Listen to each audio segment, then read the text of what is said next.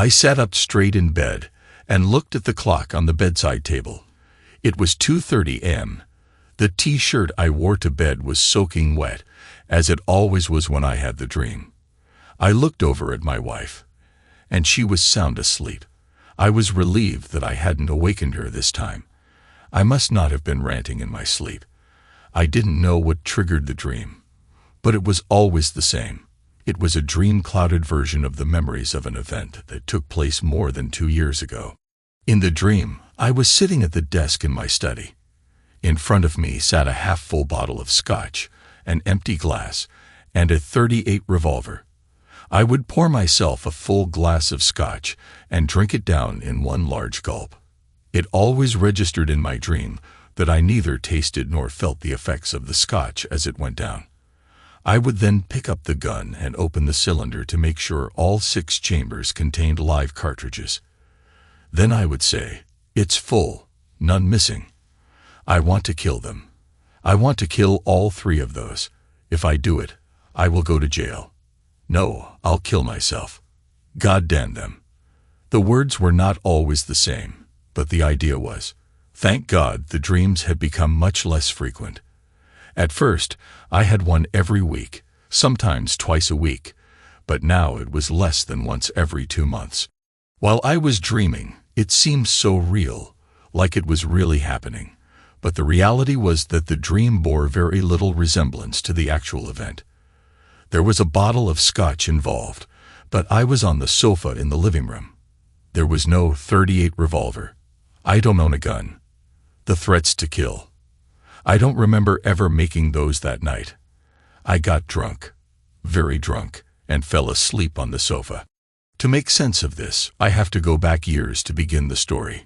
The year 2002 was a bad one. The problem started in January, with my wife Kathy and me fighting with the city inspectors over the design of the new home we were planning to build.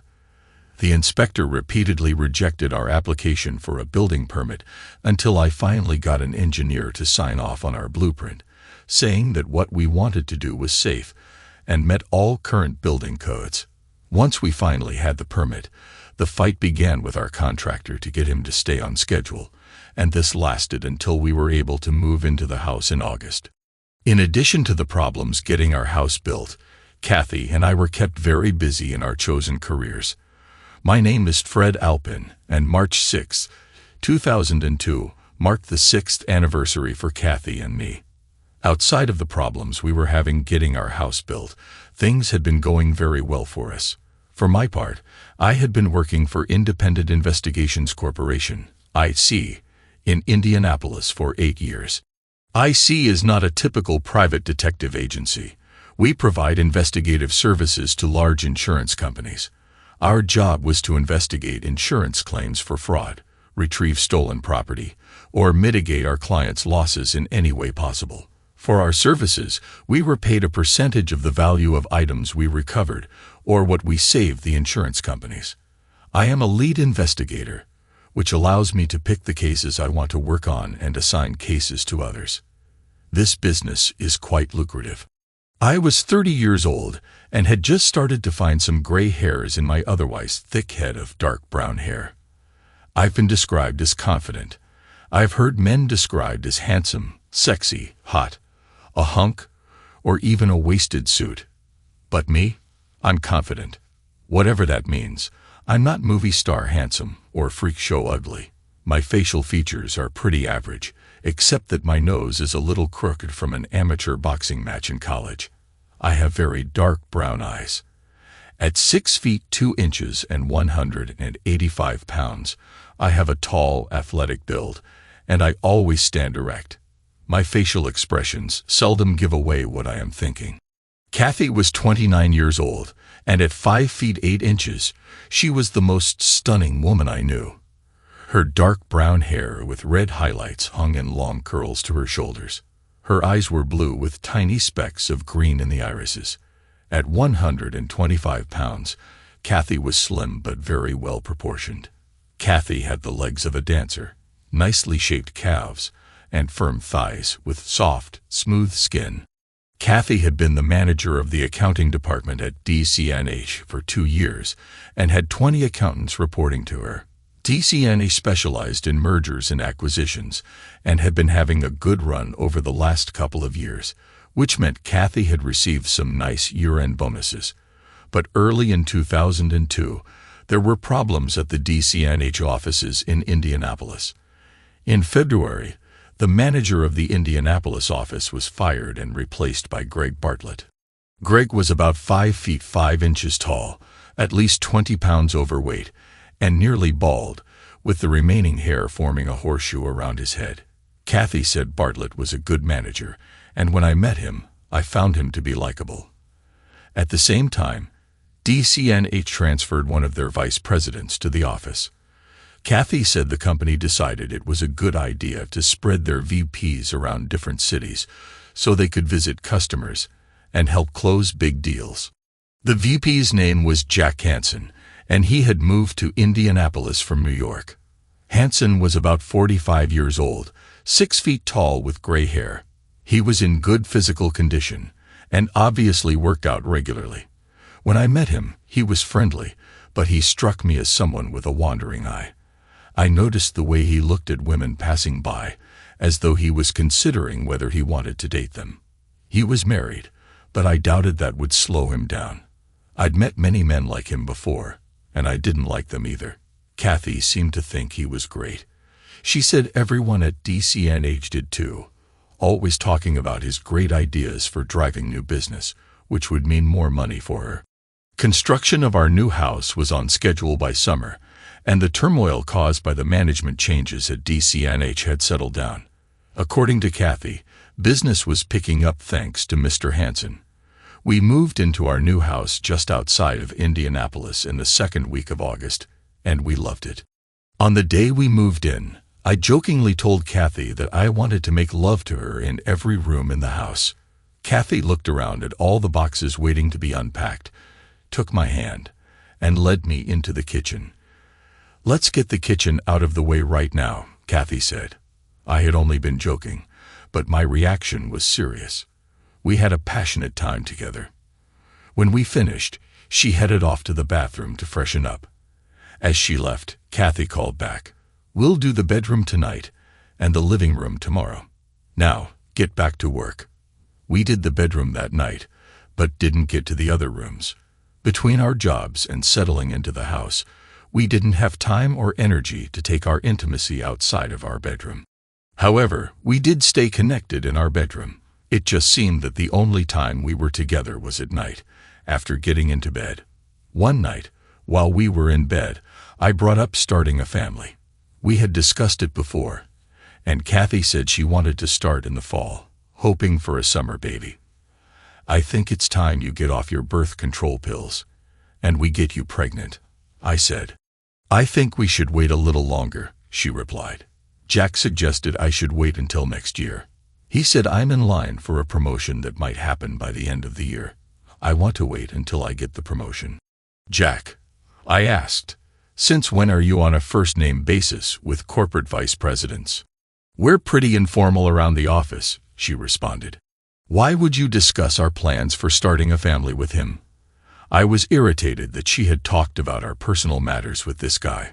He asked me if we were planning on having children, so I told him we planned to start this fall. That's when he suggested I wait until next year. I wasn't happy about it, but I agreed to wait until January. Toward the end of the year, Kathy and I were both working long hours, and we weren't spending enough time together. We tried to make weekends special, and that helped, but our work even began to intrude on our weekends.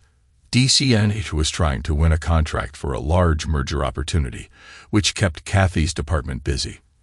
As for me, I was running 3 investigations that I needed to close before the year's end. On the last weekend in November, Kathy and I both managed to get time off, so we went out and did our Christmas shopping. At dinner that evening, Kathy shared some good news. "It looks like we'll close a deal with National Pharmaceutical to handle their merger with Keystone Pharmaceutical by December 20th. That means I should get my promotion this year." "Really? That's terrific. Then we can start working to get you pregnant. Why don't we start tonight? Can't start tonight. I'm still on the pill, she said. Besides, I want to wait a few more months to get settled into my new job before taking off for maternity leave. And don't you dare tell anyone that I told you this. I could get into a lot of trouble if this got out, and it could kill the deal with National.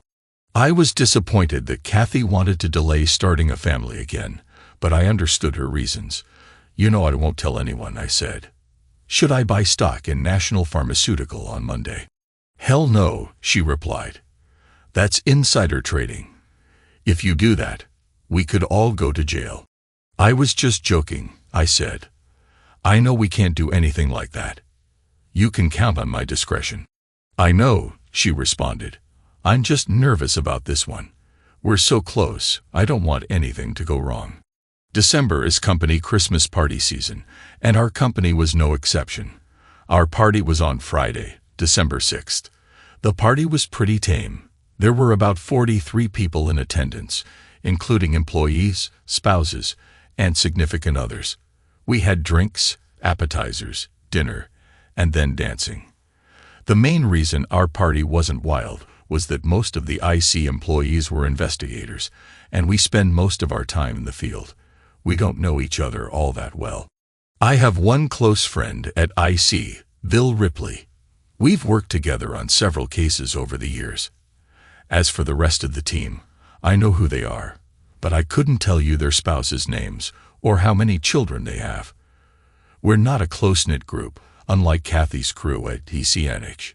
Kathy and I sat with Bill and his wife, Susan, and had a good time despite the low-key party. We stayed until midnight, and then Kathy and I went home. When we got into the house, I led Kathy up to our bedroom. Once there, I pulled her close and kissed her. Then, while holding each other, I began to kiss her neck, which drives her crazy. As I did this, I couldn't help inhaling her wonderful scent. She asked me to sit up, then helped me undress and lie down on the bed. She climbed on top of me, and her confident, assertive demeanor caught me off guard. "Oh yeah," was all I could manage to say. Alone, her scent was enough to invigorate me, and soon we were fully connected in our private world. After a few moments of intimacy, we started discussing our future family, both agreeing on having 2 kids, 2 years apart. Kathy mentioned she would stop taking her birth control pills in February, hoping for a baby in November if she got her promotion. Although I wasn't thrilled about the wait, I respected that she would be the one going through the pregnancy. It was kind of strange, but nice, to talk about baby names while being so close. I loved Kathy with all my heart, making that night incredibly special to me. Saturday brought a disturbing change. I had to work a half day, and when I came home, Kathy was sitting in the family room, staring out the window. She didn't look at me as I came in, and when I spoke to her, she jumped as though she hadn't realized I was there. Something was clearly bothering her, and it was a big deal. I wanted to ask her about it, but I gave her time to open up. After dinner, I decided to press her for an explanation. Early in our marriage, we made a deal. Whoever cooked could relax after the meal while the other did the dishes. That night, Kathy cooked, so I cleaned up. When I was done, I joined her in the family room. "Kathy, what's going on? It's obvious something is bothering you. Is there anything I can do to help?" I asked. "There's a problem with the National Pharmaceutical deal," she said. "It turns out that National's president, Mr. Benson, is making unrealistic demands. If we don't meet them, it could cost us the deal. If we don't get this contract, it will ruin everything." "It won't ruin everything," I said. "Whatever happens, we have each other.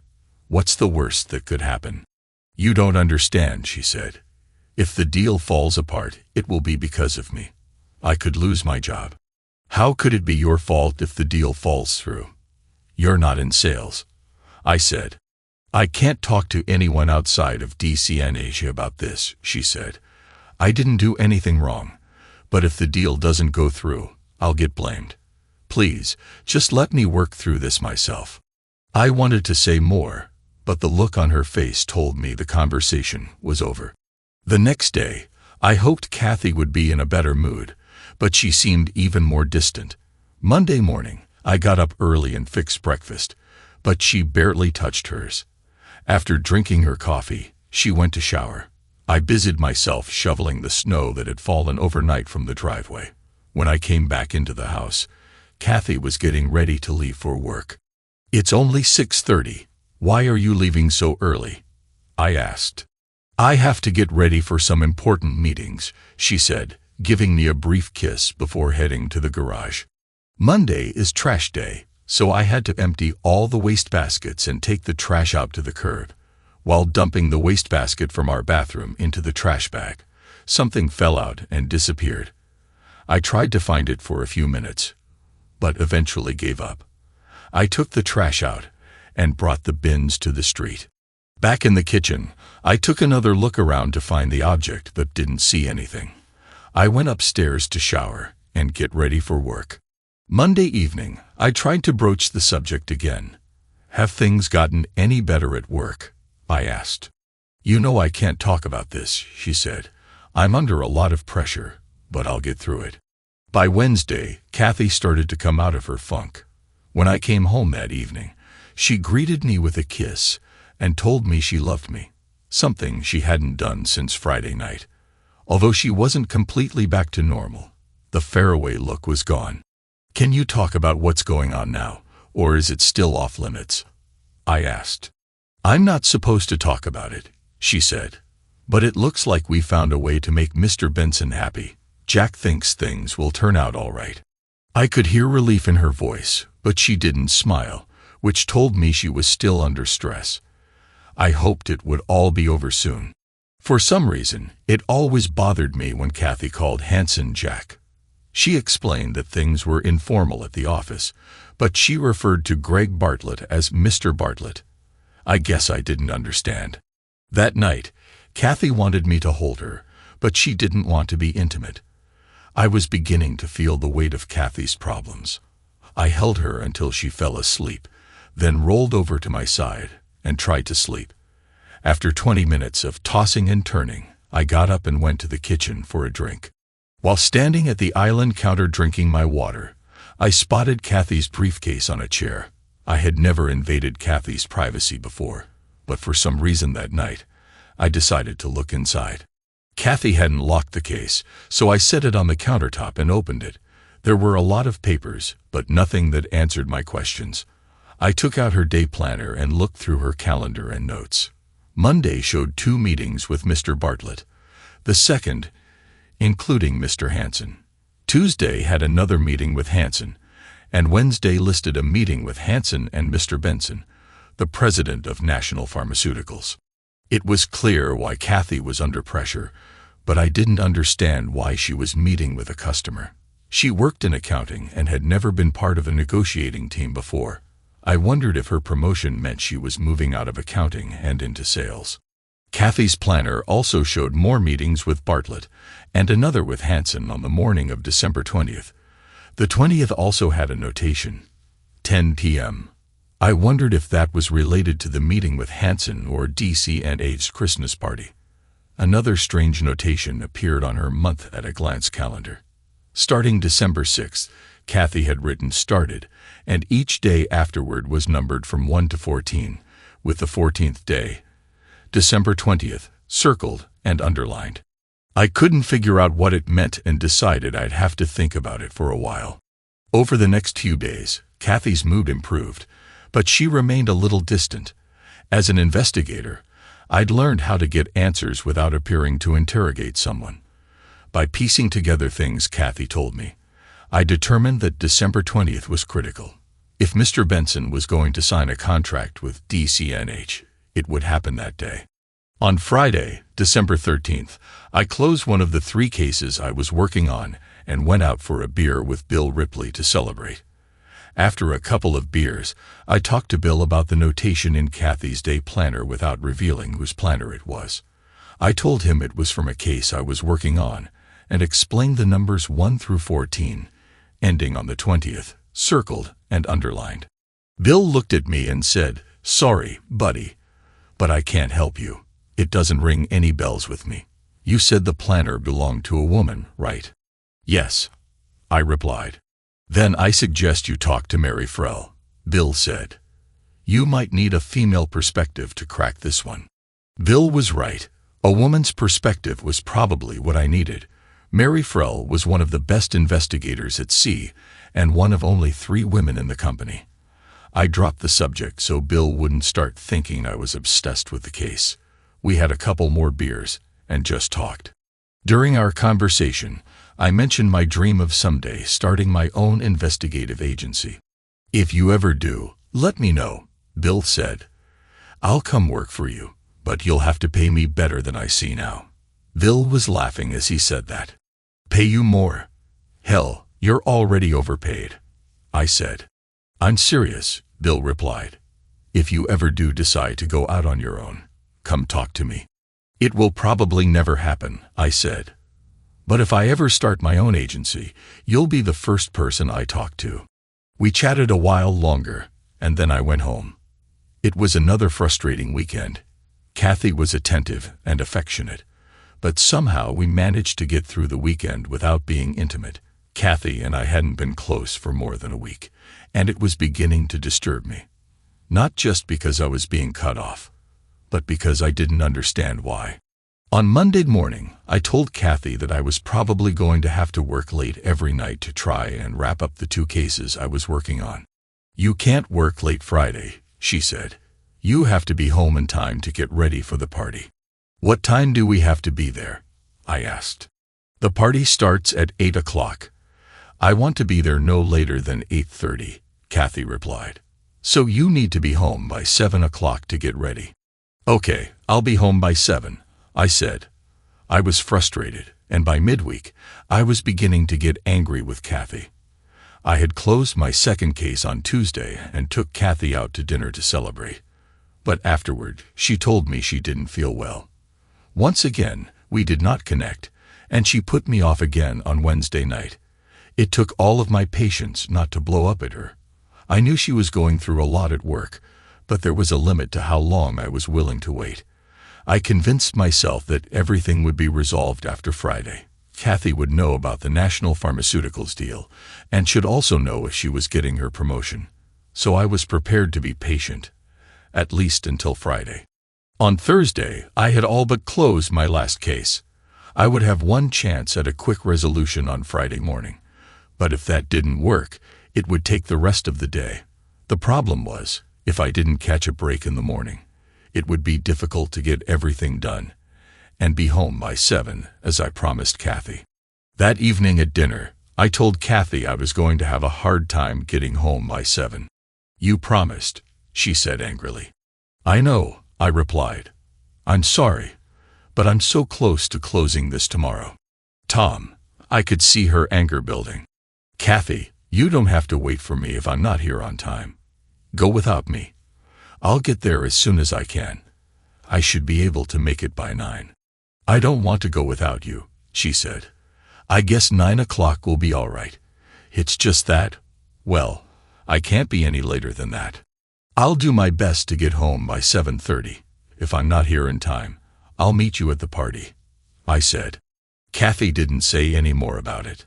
On Friday morning, I got the break I needed in my case. I had been assigned to recover some stolen jewelry from a home break-in.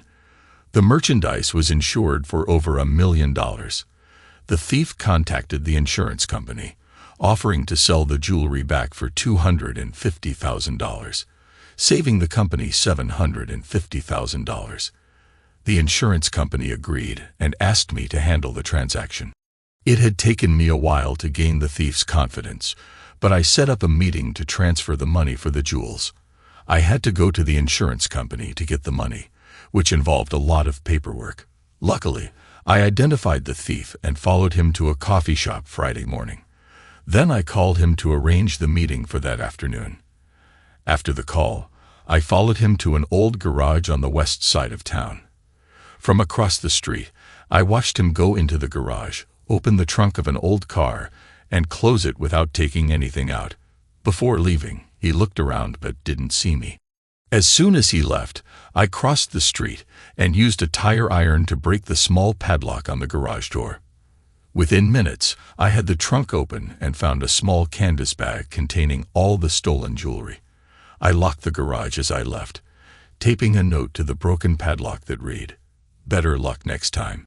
Back at my office, I contacted the insurance company, informed them that I had recovered the jewels, and arranged for pickup. I was feeling pleased with myself. I had stopped a thief from profiting, saved the insurance company a lot of money, earned a nice fee for my company, and the victims got their jewelry back. It was a pretty good day's work, I thought. Afterward, I saw Mary Frell talking to another investigator. Once she finished, I invited her to lunch. Mary had been with IC for 4 years, and I had known her most of that time. She's almost 6 feet tall, with short blonde hair and piercing green eyes, both attractive and intimidating, qualities that made her great at her job. "Are you buying?" Mary asked. "I'll pay if you can help me with something I'm working on," I said. "Okay, you're on," Mary agreed. We walked across the street to a small sandwich shop, where I bought us 2 pastrami sandwiches and sodas. "This must not be that big of a case if this is all you're willing to spend," Mary joked. As we ate, I told her about the notations on Kathy's calendar. Without revealing who I was investigating, I explained how days 1 through 14 were numbered, with the 20th circled and underlined. Mary was silent for a long time, finishing her sandwich before smiling. "What are you smiling about?" I asked. "The numbers," she said. "It took me a while, but I think I know what that's about. You said," she wrote, "started on the 6th, and the days were numbered 1 to 14, with December 20th being number 14, right?" "That's right," I said. "She's tracking her cycle because she's trying to get pregnant," Mary explained. I was stunned, not only because Mary figured it out so easily, but because it had never occurred to me. "I'm not sure, but it might make sense in the context of this case," I said. "Thanks for the help. I guess for the little bit of help I gave you, a pastrami sandwich was a fair payment after all," Mary said. After we finished our lunch, Mary and I went back to the office, and I spent the rest of the day catching up on paperwork and wondering why Kathy would be tracking her menstrual cycle. I couldn't remember when she had her last period. I never kept track of her cycles. I was always surprised when she would tell me that small craft warnings were up when I tried to initiate intimacy during her period. Another thing that puzzled me was that Kathy wasn't planning on stopping her birth control pills until at least February. So why would she be tracking her cycle? Could she be tracking this for someone else? I was starting to get a tight feeling in my gut. I was picking up little bits of information that weren't making sense yet, but I had a sense that I needed to get some answers soon. One thing I have learned from my training and experience is to be patient and wait until all the facts are in before jumping to any conclusions. If you act too quickly, the consequences could be dire. I have always been a patient person, so I was able to easily adopt that principle. I think that is probably why I have been so successful in this business. It would be difficult for me, but this was definitely a time for patience. By 5 p.m., I had finished up my work and was ready to head home. By the time I got to my car, it was already dark, and it looked as though it would start to snow at any time.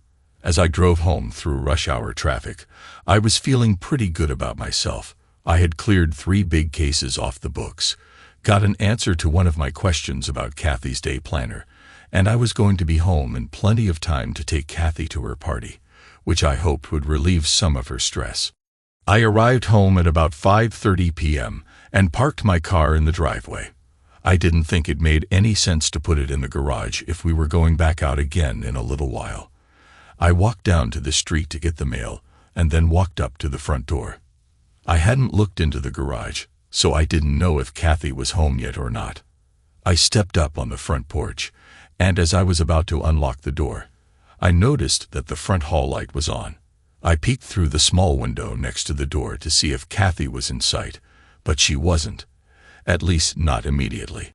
I started to move back to unlock the door when I saw movement at the top of the stairs. Kathy was coming down the stairs, and I was shocked to see that she was completely unclothed. She was carrying something in her hands, but I couldn't see what it was at first. I leaned back from the window a bit because I didn't want Kathy to see my face and get startled. When she reached the bottom step, I could see that she was carrying a towel in one hand and a can of shaving cream in the other. That puzzled me. What was she doing with the shaving cream? When she stepped off the bottom step, Kathy turned to the right and walked into the living room, stopping next to a wing chair that was just a few feet inside the room. Kathy just stood there as if she had forgotten why she went in there in the first place. I couldn't take my eyes off her. She looked so beautiful standing there, her long dark brown hair hanging in curls over her shoulders, her strong but slender back tapering to where it joined her heart-shaped bum, and her beautiful legs. I could feel myself becoming excited as I stared at my lovely wife. I didn't want to move from that spot, but I was afraid she would turn around and see me peering through the window. I knew that if I tried to open the door with her standing so close by, it would scare her. I decided to go back and come in through the garage. At least then she would hear the garage door opening and know I was home. I knew I should move, but I couldn't resist enjoying the view for 2 more minutes. In those 2 minutes, my world changed. I watched what was happening and then dashed to my car. I opened the car door and pushed the button for the garage door opener. The door took about 15 seconds to open, and then I pulled the car into the garage. As I walked up the steps to the kitchen door, I hit the button to close the garage door and waited for it to close before opening the door into the kitchen. I figured that should have given Kathy enough warning that I was home. As I stepped into the kitchen, I was sure I heard a door close somewhere else in the house. I walked through the kitchen and into the dining room and then the living room. There was no sign of Kathy. "Kathy, I'm home," I yelled as I started up the stairs. As I walked into our bedroom, I called Kathy again, and this time she answered. "You're home early. That's great. I'm in the bathroom getting ready. Why don't you use the shower in the guest bathroom?" Kathy said. "Why?" "I'm busy in here," she added. I pretended that I didn't hear that, and just walked in on her. "What did you say?" I asked. Kathy was sitting on the side of the bathtub, and when I came in, she quickly tried to cover herself, but not fast enough. "I told you I was busy in here. Get out," she said. "What are you doing?" I asked. Kathy gave me a nervous look. She had been just about to start shaving when I walked into the bathroom. "It was supposed to be a surprise," she said. "For whom?" I asked. "For you, of course. I wanted to surprise you when we got home from the party tonight," she said. "Did I ever tell you I wanted you to shave?" I asked. "No, but I thought that I might," she said. "I don't remember you telling me that you wanted to shave yourself," I said. "I know I never mentioned it, but where did you get the idea that I wanted you to shave?" "Most certainly not from me," I said. Kathy was struggling to come up with an answer, and I was getting angrier by the second. "I just thought it would be something different. A lot of girls are doing this now, and I thought you might like it," Kathy said. "Shouldn't we have discussed this first to at least see how I felt about it?" I asked. "Maybe, but after all, it's not that big of a deal. It is my body, and if I want to shave off my kitty hair, that's my decision. If we don't like it, it will grow back," she said. She did have a point, but I wasn't giving in because there was more going on than what appeared on the surface. "Don't shave it now," I said. "We can discuss it later, and if it is that important to you, you can shave it tomorrow." The look on Kathy's face was more than just anger. There was also fear. I could understand the anger directed at me, but I couldn't understand the fear. "I'm ready to do it now, so why should I have to wait?" she said. "Because your husband is asking you to wait," I replied. "I don't like bald kitties. Why is it so important that you do it now?" I was all set to do it and want to do it now. "It's my hair, and if I want to shave it off, I will," she said. "Okay, then go ahead and shave. But if you do, you'll have to go to the party alone," I said, turning to walk out of the bathroom. "Why are you being so unfair? It's just something I want to do. So why do you have to make a big deal out of it?" Kathy asked.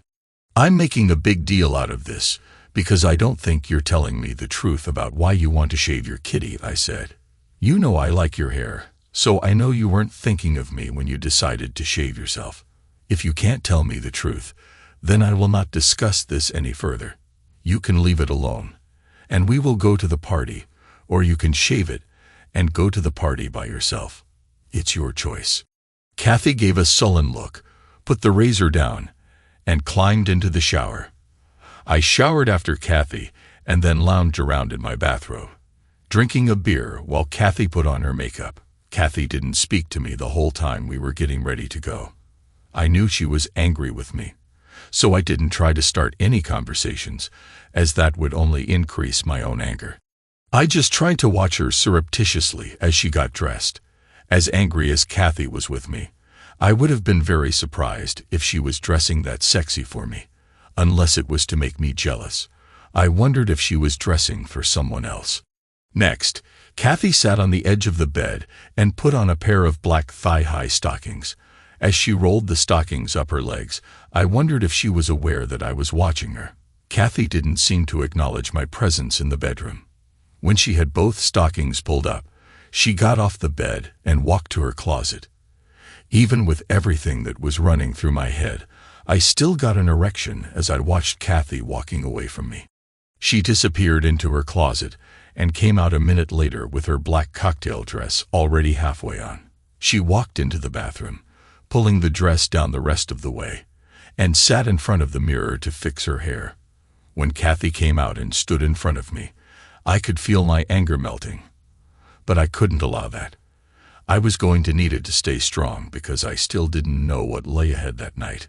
At 7:30, I asked Kathy if she was ready to go. "I'm ready," she said. "You look really beautiful," I told her. "You're going to melt someone's heart tonight." Kathy turned to go out the door and said, "Yours, I hope." I wondered if she meant to melt my heart or break it. We drove in silence for the first 15 minutes before Kathy finally spoke. "I'm sorry about the shaving thing," she said. "I just thought it was a good idea at the time, and I was so nervous about tonight that I guess I just snapped when you gave me a hard time about it." "No problem," I said. "We can discuss that over the weekend, but let's try to have some fun tonight." I was trying to lighten the mood a little. The party was catered at the company's offices in a large classroom on the first floor. As soon as Kathy and I walked in and checked our coats, Hanson came over and said hello.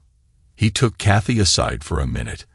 I felt my blood pressure rising as I watched them. Kathy nodded yes a couple of times, then shook her head no. Hanson seemed upset, and Kathy became more animated. Their conversation ended when Hanson started to walk away. But then he spun around and came back, smiling.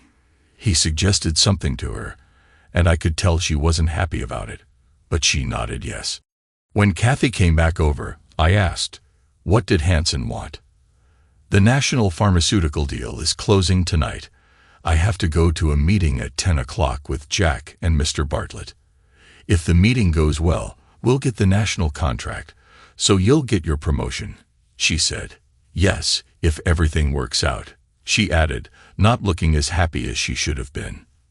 "Then we can start trying to make a baby," I said, hoping to get a reaction.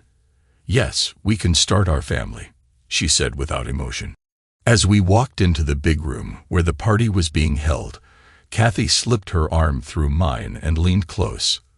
The room was nicely decorated, with tables around the perimeter. A band was set up at one end, and there was a dancing area. At the far end, there was a buffet and an open bar. I scanned the room to see who was there. I didn't know many of the DCNH people well, but I was good at remembering faces. It didn't take long to spot him. He was standing next to the bar by himself, about 35 years old, around 6 feet tall and fit, dressed in a dark blue double-breasted suit. He looked like a handsome man. I pointed to him and asked Kathy, "Who's that guy standing by the bar?" "I don't know," she replied, but I could tell by her body language she wasn't being truthful. "Why don't we go over and get a drink?" I suggested. "There are some of my department members over there I'd like to say hello to. Why don't you get us both a drink, and I'll wait for you." She agreed, and I made my way to the bar. I ordered Kathy a glass of red wine and got myself a beer. As I turned to the man, I said, "Mr. Benson, how are you tonight?" A look of surprise crossed his face. "How do you know me?" he asked. "It's my job," I replied. "I have to take this wine to Miss Alpin, but I'd like to come back and talk to you if you don't mind." Benson studied me for a moment. I could tell that I worried him, but he didn't seem afraid of me. "Oh, okay. I'll be here," he said. I took Kathy her drink and told her I was going to circulate while she talked to her friends. "I don't want you to leave me," she said. "I need you to stay close tonight." "I won't be gone long," I replied. She gave me a sad look, but let me go. I returned to Benson. "My name is Fred. I work in security for DCNH," I said. "I just want to make sure there are no problems tonight. I guess Mr. Hansen has a fun evening planned." "That's what he tells me," Benson said. "I'm just killing time until the fun begins." "I guess for you that begins around 10 o'clock," I said. "You seem to know everything," Benson replied nervously. "Like I said, it's my job to know things." I smiled and winked. "I take it you like brunettes."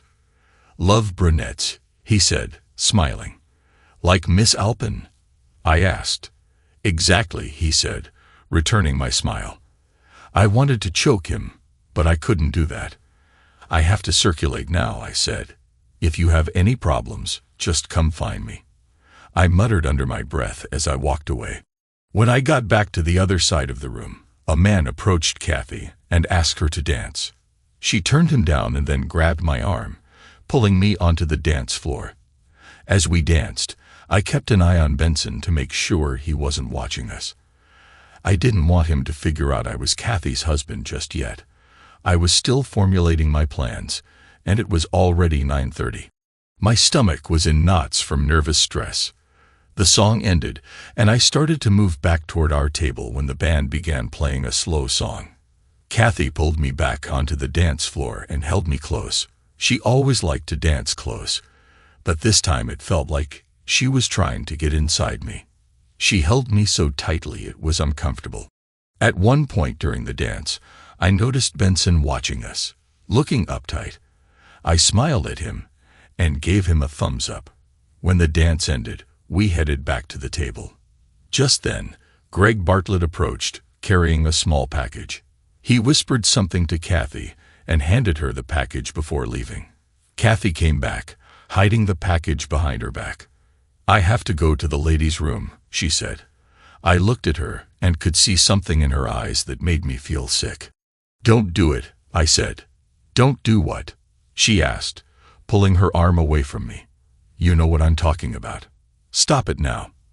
"I don't know what you're talking about," she said and walked away. While she was gone, I reviewed everything I had seen and heard. I had started to figure out what was going on, and I was going to have to stop it. When I got home from work, I had seen Kathy standing nude in our living room through the window. A hand reached out from the chair next to her and touched her. Jack Hansen leaned up and kissed her. I couldn't walk in on that, so I made noise in the garage to let them know I was home. I figured Benson wanted Kathy and had demanded she shave for him. I guessed Hansen and Bartlett were helping him, using her to close the deal. But I had to stop it. I was sure that the package Bartlett handed Kathy contained shaving cream and a razor. Kathy was likely in the ladies' room shaving herself for Benson. It was 9:45, and she still hadn't returned. I was running out of time.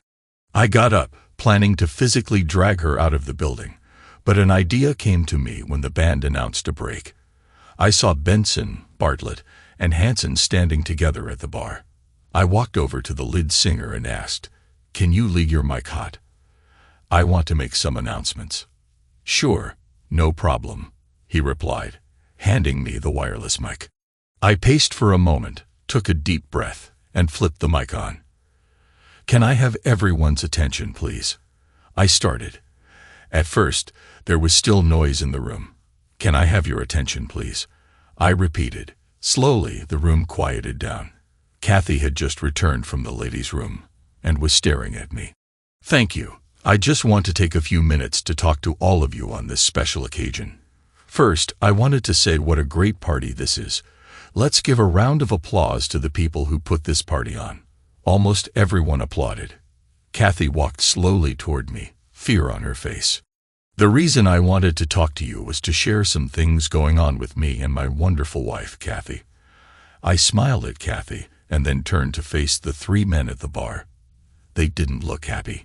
First, I want to share some good news with all of you. Kathy and I are going to have a baby. Many of the guests began to applaud. Kathy's hands went up to cover her face, which would have looked like mild embarrassment to anyone who didn't know what was really happening. Hanson looked angry, Bartlett confused. But I couldn't read Benson. There is more good news, too. Kathy told me that she is getting a promotion tonight because of her work on the national pharmaceutical deal. I understand that Kathy, Mr. Bartlett, Mr. Hanson, and Mr. Benson are meeting upstairs tonight to sign the contract. Isn't that great? More applause. Oh God, please stop, I heard Kathy say. She had stopped about 10 feet from me and slowly sat down on the floor. Hanson and Bartlett were livid, and Benson almost looked amused. This evening started off so strangely that I thought I would share it with you. When I got home from work tonight, I found my loving wife in the bathroom getting ready to shave. And I don't mean her legs or armpits. There was some laughter from the crowd, but most people were now sitting in stunned silence. We had a little argument about it. She told me it was supposed to be a surprise for me, and I told her not to do it. I thought I won that argument, but now I realize she wasn't shaving for me. She was doing it on orders from Jack. Kathy was just in the ladies' room, and I believe she shaved herself while she was in there. Now, all of you are probably wondering why Jack Hanson would tell Kathy she had to shave her intimate area. There was an audible gasp when I said that. Kathy was now lying on the floor, crying, and most of the guests were staring at me as if they were watching a train wreck. There were only two left. It looked as though Benson had skipped out. Hanson's face was bright red, and he was shaking. Bartlett was walking toward me as if he thought he could make me stop. The reason Kathy shaved is because she was to be a gift to Mr. Benson tonight, and Mr. Benson wanted her to be hairless. It seems that your company management thinks it's good business to encourage its employees to engage with potential customers to win contracts, even if it destroys a marriage. Now Bartlett was right in front of me and tried to take the microphone from me. I pulled the mic away from him and turned it off. Listen, if you try to grab the mic from me again, I'll drop you like a bag of rocks. Come to think of it, I might do that anyway. Bartlett backed away from me and looked over at Hanson. While they looked at each other, I turned the mic back on. One last thing, and this is for Bartlett and Hanson. I will be filing a lawsuit against this company for what you did to my marriage, and I'm sure I'll get a nice settlement. Part of that settlement will be that you two, and anyone else involved in this mess, will be fired. Good night, everybody, and enjoy the rest of your party. The room was dead silent as I set the mic down and walked over to where Kathy was lying on the floor. I squatted down beside her. Kathy. She looked up at me with tears running down her cheeks. Fred, I am so. Kathy, don't say anything, I interrupted. Do you think you'll get that promotion now? I stood up and looked around. People were staring at us, but when I looked back at them, they turned away. I looked down at Kathy one last time, and then left the room. I picked up my coat and was walking across the lobby toward the door when Hanson stepped in front of me. Do you have any idea what you've done? He asked. Yes, I said. I stopped you before you and your cronies could finish ruining my marriage. I hope I cost you millions. You're going to pay for this, Hanson said. Actually, I think you will be the one who pays for this, I said. Along with my lawsuit, I'm going to have a discussion with the SEC. I think they might be interested in the way this company has been doing business. I turned to leave, and Hanson grabbed my arm. Just a minute. I'm not through with you yet, he said. I brushed his arm away. You touch me again, and you won't be walking when you leave here tonight, I said. I could hear him muttering behind my back as I left. When I got home, I went straight to the liquor cabinet, got a bottle of scotch, and began to slowly drink myself into oblivion. I believe this was the genesis of my nightmares. I was on my second drink when I spotted something blue sitting in one of the big potted plants on the kitchen floor. I got up to see what it was.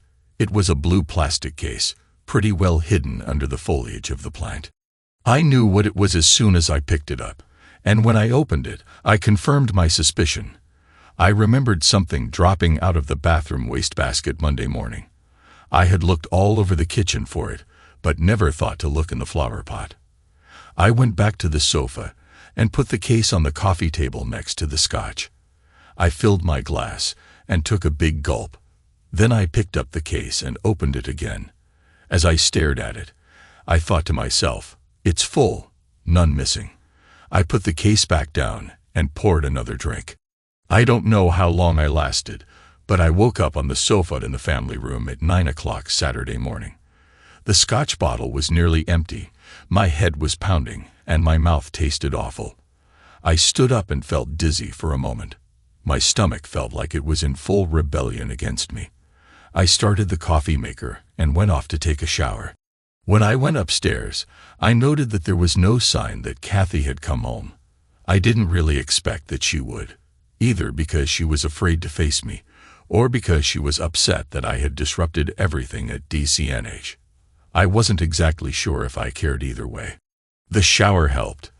I felt a little better after 2 cups of coffee, scrambled eggs, and toast. I sat down on the sofa in the family room, trying to think about what my next move should be. It broke my heart to think about how much I had loved Kathy. I wondered how she could have done this to us. I couldn't believe that her ambition was so strong that she would agree to such an arrangement for a business deal. As if that wasn't bad enough, she was willing to shave herself for him too, just because Jack Hansen told her to. I doubted I would ever be able to forgive her for any of this, but I knew that I would have to give her a chance to explain herself if she wanted that chance. I just couldn't walk away without at least hearing what she had to say. But I would not pursue her to ask for an explanation. If she didn't feel the need to try and explain her actions to me, then I really didn't need to know why. The why would only be important if she wanted a second chance with me. I couldn't think of anything to do other than wait and see if Kathy tried to contact me. I began to wonder where she had spent the night, and then remembered the way she looked when I left the party. I felt a little guilty about leaving her on the floor that way. I realized that I should have brought her home with me. I wasn't too proud of myself, but I had been hurt and angry and felt no sympathy for Kathy at the time. The more I thought about it, the worse I felt, and the more I wondered where she was staying. I was still sitting on the sofa at 11 o'clock when the phone rang. I assumed it was Kathy calling and debated whether I should answer. I picked up the phone on the 6th ring. "Mr. Alpin." "Yes." "This is Special Agent Mark Walker of the FBI. The voice on the phone said, "Is your wife with you?" "My wife is not home," I said. I wondered why the FBI would want to talk to Kathy. "No problem. It's you I want to talk to," Agent Walker said. "Me?" I asked. "What's this about?" "I'd rather not discuss this over the phone," he said. "Can you come to my office this afternoon?" "I guess so," I said. "Where are you located?" Agent Walker gave me directions to his office, and I agreed to meet him there at 2 o'clock that afternoon. After the call, I tried to figure out what the FBI would want with me. The best I could figure is that it must have something to do with one of the cases I had worked on recently. If that was the case, why couldn't he tell me what he wanted over the phone? Over the years, I had often had to talk to different law enforcement agencies for cases I was working on, and it never bothered me. But for some reason, this invitation to talk to the FBI had me a little worried. At 1 o'clock, I dressed in jeans and a sweater and headed into town to meet with Agent Walker. I left my car in the parking garage across the street from the high-rise office building in downtown Indianapolis, which housed the FBI offices. I took the elevator up to their 7th-floor office and gave my name to the receptionist. "I'm here to see Special Agent Walker," I said. "Have a seat," "And I'll let him know you're here," she replied. I only had to wait 2 minutes before he came into the lobby to get me. Unlike the expensive Armani suit he had been wearing the night before, Special Agent Walker was now wearing blue Dockers and a white Oxford shirt with no tie. "Mr. Alpin, thanks for coming in," he said.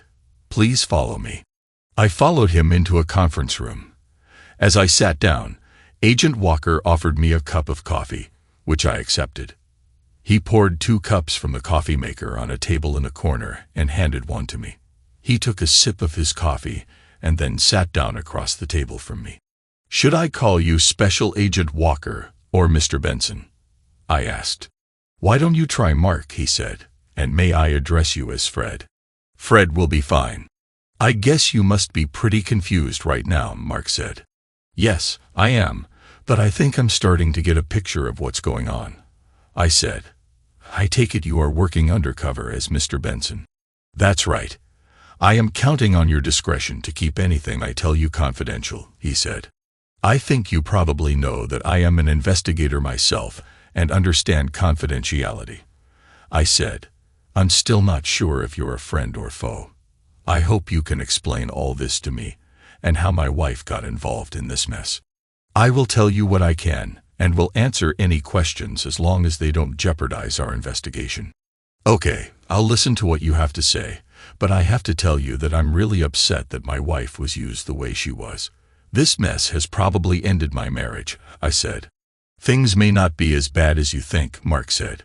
"Let me just put you in the picture, and then you can ask your questions." "That's fine with me," I said. "Earlier this year, the Securities and Exchange Commission contacted the FBI," he started. "They had received some disturbing information about the business tactics of DC and H from someone inside the company, and asked that we investigate the allegations. After following up on the information given to us by the SEC, we found enough evidence to justify further investigation. I can't tell you about our investigations other than to say that it was decided to do some undercover work." Mark got up and began to pace around the room as he talked. "We found out through our investigation that DC and H had been trying to get National Pharmaceutical interested in a merger. Mr. Benson had spoken with one of our agents and indicated that he was concerned with DC and H's tactics. At that point, we discovered that no one from DC and H had met Mr. Benson. So with his cooperation, I took on his identity and began negotiating with DC and H. I was able to convince Mr. Hansen and Mr. Bartlett that I was Mr. Benson, and led them to believe that I was interested in their ideas for a merger and might be willing to sign a contract for them to handle the merger. When they began to drool over the millions of dollars they thought they would make off the deal, I started acting reluctant. I told them that I wanted to talk to some other firms before making a decision. The idea was to see what tactics they would use to try and get me to sign a deal with them." "So you asked for my wife?" I said. "Not exactly. On my first visits to the offices of DC and H, I was introduced to your wife as I was escorted to the conference room to meet with Bartlett and Hansen. I told Hansen that I would really like to talk to Mrs. Alpin. His response was, 'She is quite attractive, isn't she?' I agreed with him, but that wasn't why I'd asked to see her." "Why did you want to see her?" I asked. I told Hansen that because she was head of the accounting department, I wanted to talk to her about the financial condition of the company I was supposedly planning to merge with. The real reason was that your wife was the insider who contacted the SEC with concerns about how DC and H was doing business. "So Kathy knew that you were working undercover for the FBI?" I asked. "No, she didn't. I couldn't tell her," Mark said. "The information she sent to the SEC indicated that the company's problems involved people higher up in the company than Bartlett and Hansen. She had implicated the company president and the CEO. I didn't know if I could trust her, given that my assignment was investigating Bartlett and Hansen. I couldn't be sure she wouldn't blow my cover to protect them." "So Kathy had blown the whistle on the company execs." I didn't know what that meant to me. If she didn't know that Benson was a fake, was she planning to be with him at the party? I had questions I wanted to ask Mark, but decided to wait until he finished, to see if I would get any answers from what he was telling me. As I was saying, I had indicated to Hansen that I might back out of the deal, so he asked me what it would take to get me to sign with DC and H. I asked him what he had to offer. That's when Hansen said, "I noticed that you thought Kathy Alpin was pretty special. How would you like to get close to her?" I was surprised at that. I expected him to offer me a bribe. I had to see where this would lead, so I told him I might be interested, but I didn't commit. This next part may be difficult for you to hear, but it is important to this story. There's nothing you can say that would be any more upsetting than what I have already been through, I said. Okay then, Mark said. I waited a few days and then met with Hansen again. He asked me if I had thought over his offer. I asked him if he meant by his offer that he would arrange for me to be with your wife, and he answered yes. I didn't want to act too anxious, so I said that I was definitely interested but still wasn't sure if she would be worth it. Hansen assured me that she would be, and then said, "She has a shaved kitty. Wouldn't you like to be with her?" "So you never suggested that you wanted Kathy to shave?" I asked.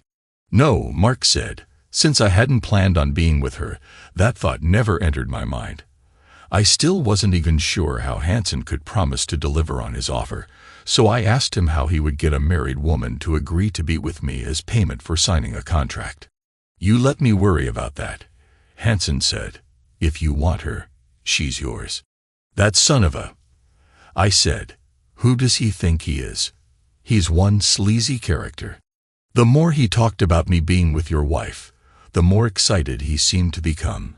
I got the feeling that he wanted me to accept his offer for more reasons than just getting me to sign the contract. I let him go on for a while, and then asked him when he could arrange for me to be with your wife. He immediately said that we would do it during the company Christmas party on the 20th. "So you were going to go through with it?" I said. "You were going to be with my wife just to keep your undercover investigation going?" "No, I had no intention of being with your wife," Mark said. "First of all, it would be unethical for me to do that. And second, I was almost positive that the room where I was to meet with your wife would have hidden cameras and microphones to record the action. This was to be more than just a favor to get me to sign the contract. It was also designed to give them material that could be used to blackmail me." "How were you going to get out of it?" I asked. "I planned to balk at the last moment and say that the circumstances weren't right. Then I was going to say that I would be willing to close the deal, but that Mrs. Alpin would have to join me in my hotel room after the party.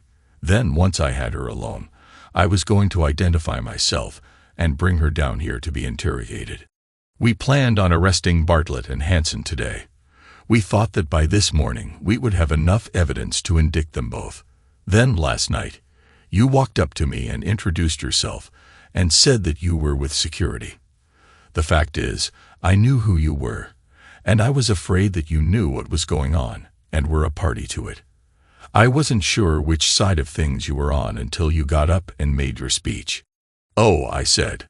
"I hope I didn't mess up your investigation, but I couldn't stand by and just let my wife give herself to another man as part of a business deal." "I understand," Mark said. "And you didn't really do any damage. You actually saved me from having to deal with the meeting I was supposed to have with them at 10 o'clock last night. I was able to leave with my cover intact so that I could talk to Hansen again this morning. He made me a large cash offer to sign today. I told him I would meet him in his office Monday morning, and when he hands me the money, we will arrest him and shut down the operations of DC and H while we do an in-depth investigation of every deal they've been involved with for the last 3 years. I still don't know where Kathy stands in all this," I said. "Your wife was trying to do the right thing by blowing the whistle on the company," he said. "As for her part in the offer made to me, I suspect that she was being coerced by Hansen. He may be blackmailing her somehow." "Was there any mention of your using protection?" I asked. "Yes. Once I agreed to the deal, Hansen made it very clear to me that Kathy insisted I would have to use protection. We wouldn't want to get the poor girl pregnant now, would we?" Hansen said. "Now I knew I was going to have to find Kathy," I said. I wanted to hear her side of the story. She was not completely innocent in this mess, but there were extenuating circumstances. That is really all I can tell you right now, Mark said. Do you have any more questions? Not right now. Good. Again, I have to remind you not to discuss any of this investigation with anyone. I would ask that you not tell your wife anything yet. Wait until we have Bartlett and Hansen under indictment before you tell her this was all an FBI sting operation. That should only be a couple of days from now. We'll want to talk to her then anyway. I agreed not to say anything about the investigation, and then Mark told me he would call me and let me know when I could tell Kathy about the FBI sting. He also mentioned that they would probably want to depose me to get my side of the story. We shook hands, and I left the building. When I got home, there was a message from Kathy asking me to call her. I called the number she left, and a woman answered the phone. Who should I say is calling? The voice asked. Tell her it's her husband, I said. Kathy's voice sounded nervous when she came on the line. Where have you been? She asked. I've been calling all day. Not all day, I said. I was home until 1 o'clock this afternoon. Oh, I guess that's about when I started calling you. I wasn't going to make this easy for her. She was going to have to show me that she was ready to tell me what was going on, so I remained silent. Fred, can I come home? She said. This is where you live, isn't it? I said. You should be here now. I'll be home in an hour. Okay, I said and hung up. I decided to have dinner ready when she got there, and then we could talk after dinner. I made spaghetti and meatballs, a salad, and then opened a bottle of wine. Kathy walked in the door at 6:05, and the dinner was ready. When she saw dinner on the table and the open bottle of wine, I could see some of the stress leave her face. She could see that things were not going to be as bad as she first thought. At first, we didn't speak. We went over and sat at the table. I poured the wine, and we started eating.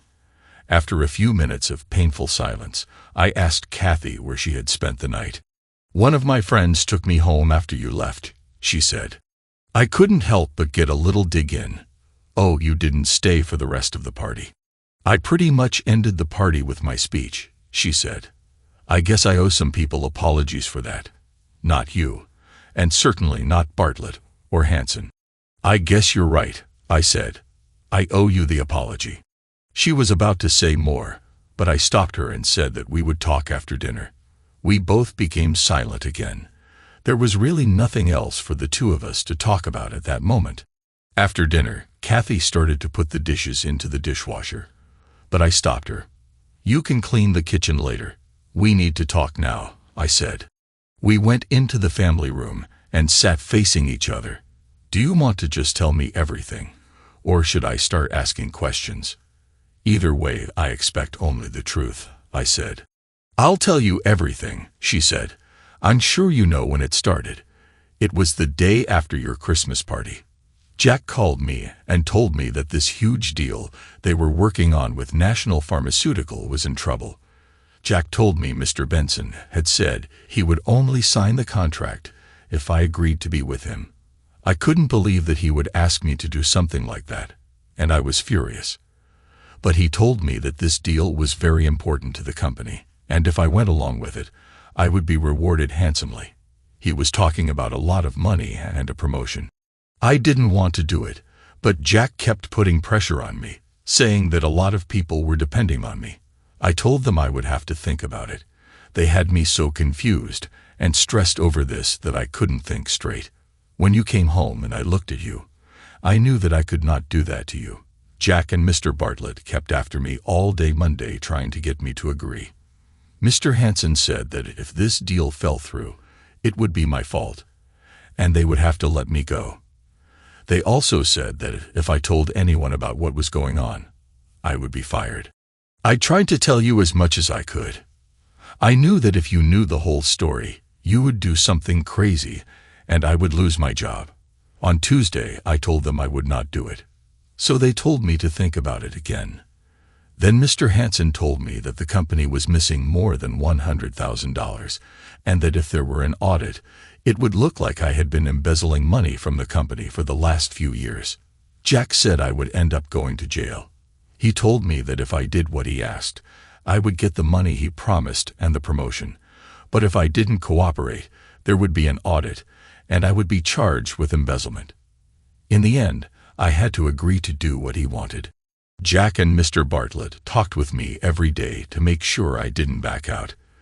They kept telling me I was doing the right thing and trying to convince me that you would understand if you knew how important this deal was. I had listened passively up to this point, but I was getting angry. You can't believe that I would ever have thought what you were doing was all right, I said. You should have told me everything. I would have found a way out for you. I know, Kathy said. Once I decided to go through with it, I felt a little better, but I felt so guilty about what I was doing to you. You have to understand that I was terrified of going to jail. I had to risk it. On Friday, Jack called me into his office and told me that Mr. Benson wanted me to shave all my pubic hair off. I told him I couldn't do that because you would be angry, but Jack said it would be a deal breaker if I didn't shave it off. Mr. Benson would walk away from the deal. Jack told me to shave it off before the party and not let you see it until later. Then I was to tell you it was meant to be a surprise. He said that if you got mad, all I had to do was say that I was sorry and that I would let it grow back. The problem was that you came home earlier than expected and caught me getting ready to shave it off. So, was I right? I asked. Did you shave yourself in the ladies' room at the party? Kathy looked down at her hands. Yes, Mr. Bartlett sent someone to the store to pick up a razor and some shave cream, and I went into the ladies' room and shaved myself. When I came back to the party, I saw you at the microphone trying to get everyone's attention. I was so scared. I had no idea what you were up to, and I had no idea if there was any way I could stop you. I couldn't believe you said that I was pregnant. I didn't say you were pregnant, I said. I said we were going to have a baby. You weren't pregnant yet, but that was our plan, wasn't it? Well, yes, but what? Are we or aren't we going to start a family? I asked. Yes, we are. I will get off my birth control pills tomorrow, and then we can start. One more question, I said. Did you tell Benson that he would have to use a condom? Jack told me he was going to make him use one, she said. I'm glad he did because it hadn't occurred to me. I was so stressed by the whole situation that I wasn't thinking straight. Anyway, you made your little speech and basically ended my career at DC&H and probably killed the deal with National Pharmaceutical. So, essentially what you're telling me is that Bartlett and Hansen coerced and blackmailed you into agreeing to be with Benson to close a business deal. They further insisted that you had to fulfill Benson's demand that you shave, but I messed things up by catching you when you were trying to shave. Even after I told you not to do it, you shaved yourself anyway. In the end, the only reason you didn't end up being with Benson is because I messed everything up with my little speech. Does that about sum it up? Yes, but I don't blame you for what you did. I understand why you did it, she said. Oh good, then you forgive me for trying to keep my wife from being with another man, I said sarcastically. That's not what I meant. I know you had every right to react the way you did, and I have no right to be upset with you. I am upset with myself. I should have told you everything from the start. Do you think you will ever be able to forgive me? Kathy asked. That depends, I said. Is that everything? Have you told me everything I need to know about what has been going on? Yes, I have told you everything, she said. I love you, and I can't bear to think that I could lose you because of this mess I got myself into. Well, things don't look as bad as they did at first, I said, and I watched the smile start to come back into Kathy's face. I just have a couple of questions I need answered, and then we might be able to put this behind us. Okay, what questions? I could hear the joy creeping back into her voice. I pulled the blue case out of my pocket and tossed it on the coffee table. I found this in the trash the other day, and it's full. You threw away all of your birth control pills last week, but you not only didn't tell me about that, you tried to make me believe you were still taking them. Just 5 minutes ago, you said you would stop taking them tomorrow. Can you explain that to me? Kathy looked like I had punched her. Her mouth opened a couple of times, but no words came out. When she finally spoke, I was sure she was lying. "You're right. I stopped taking my pills," she said. "I was planning to let you get me pregnant and then surprise you. I know how much you wanted to start a family, so I thought it would be a nice surprise when I told you about it. That plan would only have worked if you and I had been intimate, but the last time we made love was the day before I stopped taking my pills," I replied. "It's just that I was so upset about what Mr. Bartlett and Jack wanted me to do that I wasn't in the mood during that time," Kathy explained. "Were you aware that last night was the most fertile night of your cycle?" I asked. That was another question that stunned her. "No, I wasn't aware of that. I had too many other things on my mind to be thinking about that," she claimed. "It just strikes me as odd that you were planning on being with Benson last night, which happens to be in the middle of your cycle, and it never occurred to you to insist on protection, but it did occur to Jack to require it," I said. "What are you trying to say?" she asked. "That I knew I was fertile and was willing to take a chance of getting pregnant." "I would never do that," she protested. I could tell Kathy was really rattled. I was getting tired of playing with her and decided to end the game. "One more question, Kathy," I started. "How long have you been seeing Hanson?" "What?" was all she could manage to say. "No more lies. I know that you were keeping track of your cycle and had marked last night in your planner. I know that Hanson insisted Benson wear a condom, and since I wasn't with you, that leaves only Hanson. He wanted to get you pregnant, didn't he?" I looked at Kathy, and she started crying, but made no attempt to answer me. "It was Hanson who wanted you to make those changes, not Benson, and you did that for him despite me telling you not to. That shows me that he has more influence over you than I do. Lest you think I'm just guessing, last night when I came home, I saw you standing in the living room with Hanson. He kissed your stomach, the way a man often does when he's thinking of a baby, his baby. Did you think I wouldn't know, or were you planning to leave me all along? You spent last night with him, didn't you?" Kathy was weeping loudly as I stood up and left the room. When I came back into the kitchen, carrying my suitcase, Kathy looked up at me.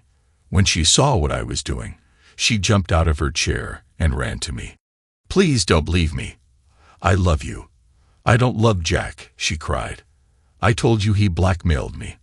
I had no choice but to do what he asked. Why didn't you just continue taking your pills and lie to Jack?" "You didn't have any problem lying to me," I said. "I think I would have to believe what you told that man more than anything you've told me lately. I forgot to mention that last night, while I was watching you, I heard you say, 'I love you' to him. So where does that leave me? I don't love him. If I am pregnant, I will end it. I love you.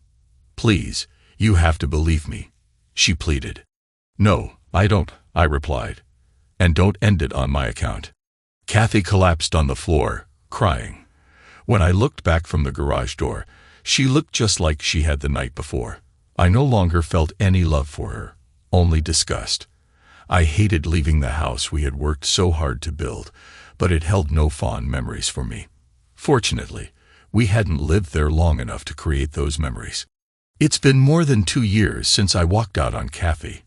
When I left, I found a furnished apartment and tried to start over. That's when the nightmares started. I wasn't happy with what I was doing, so I quit my job and moved to California. Once I settled, I started my own insurance investigation company. I called Bill Ripley and asked if he'd like to be my partner. 2 months later, he joined me. When he arrived, he told me that Mary Fox had heard about our company and asked if we had a job for her. Mary moved out here 14 months ago, and we started dating 2 months later. After 3 months, we moved in together. I was surprised that I fell in love again so quickly. I wasn't in a hurry to marry, but I liked having someone to share my life with. I've kept in touch with my contacts in Indianapolis, including Special Agent Mark Walker. It turned out that Kathy had blown the whistle on the company president and CEO under Jack Hanson's direction. Hanson had them in trouble for shady deals, so the board would fire them, and he'd take over as company president. Apparently, Kathy wasn't lying when she said she didn't love him. She was using him because he was in love with her. She knew if he got what he wanted, she'd get anything she wanted. Hansen and his wife didn't have any children, which he blamed on his wife. After I left, he tried for more than a month to get Kathy pregnant, but wasn't successful with her either. It turned out that he was sterile. His wife found out about his affair with Kathy and divorced him. A month later, he was sentenced to 5 years in federal prison for his actions at DC, and H. Bartlett also got jail time. He will be spending 2 years at a minimum security federal prison. Kathy was fired by DC and H, and then the company was reorganized, and shortly after that, bought out by a larger consulting firm. The last I heard, Kathy was teaching bookkeeping at a community college just outside of Columbus, Ohio. I try not to think about Kathy, but the wounds are still too fresh for me to recall the good times we had. I don't miss her, which is a relief. Mary more than fills the gap Kathy left in my life, and that is why I marry her. Now, here I sit, staring down at her and wondering if I should wake her up, not to tell her I had the dream again, but to tell her I love her. Last night, Mary told me that whenever I decide I want a baby, all I have to do is ask. But make sure to get your order in early because you have to wait 9 months for delivery, Mary added. I'm thinking of placing my order tomorrow. By the way, in case you were wondering about DCNH, you were right if you were thinking Dewey, Cheatham, and Howe.